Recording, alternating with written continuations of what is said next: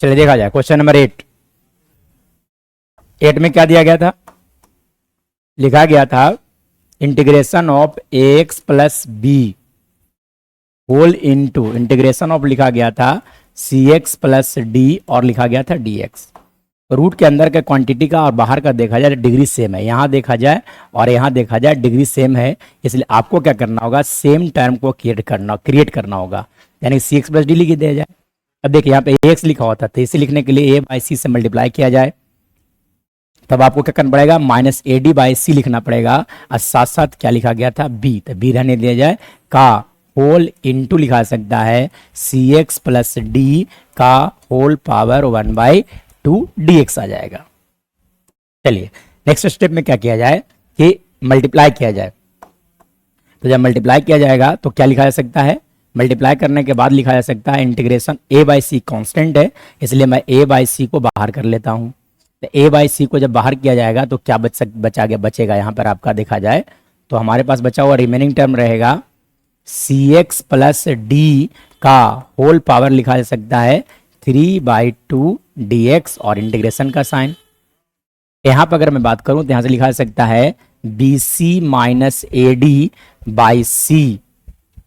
Integration of लिखा जा सकता है cx प्लस डी का होल पावर 3/2 dx आ जाएगा। चलिए अब आप इंटीग्रेट करने के लिए क्या करोगे कि dc से मल्टीप्लाई और डिवाइड कर देना है। तो देखिए cx प्लस डी का dc, अगर मैं बात करूं cx प्लस डी का dc c होगा, इसलिए c से मल्टीप्लाई भी किया जाए और डिवाइड भी किया जाए, यानी कि लिखा जा सकता है a by C square into लिखा जा सकता है cx प्लस डी का होल पावर 5/2 डिवाइडेड बाई 5/2। और यहाँ पे अगर बात किया जाएगा तो लिखा जा सकता है B C minus A D by 3 into, अब देखिए बाई सी, सॉरी यहाँ पे सी था तो यहाँ पे सी रखा जाए, है ना, सी लिखा गया था, सी था।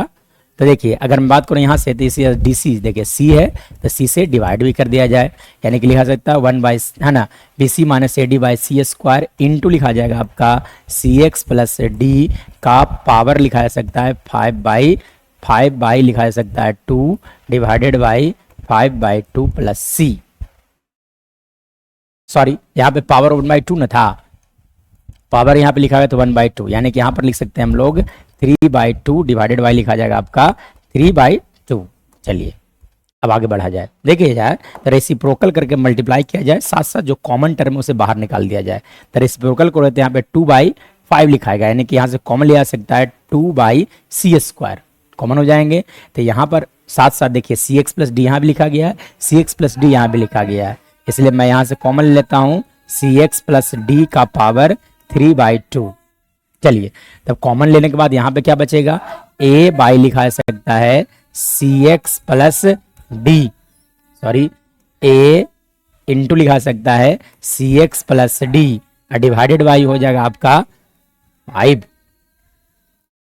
प्लस, यहां से अगर मैं बात करूं तो यहां से लिखा जाएगा आपका B C minus A D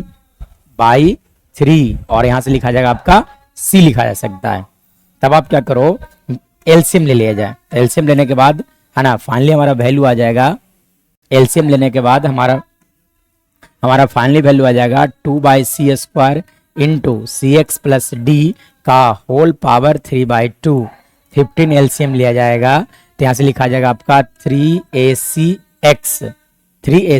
plus लिखा जा सकता है 3ad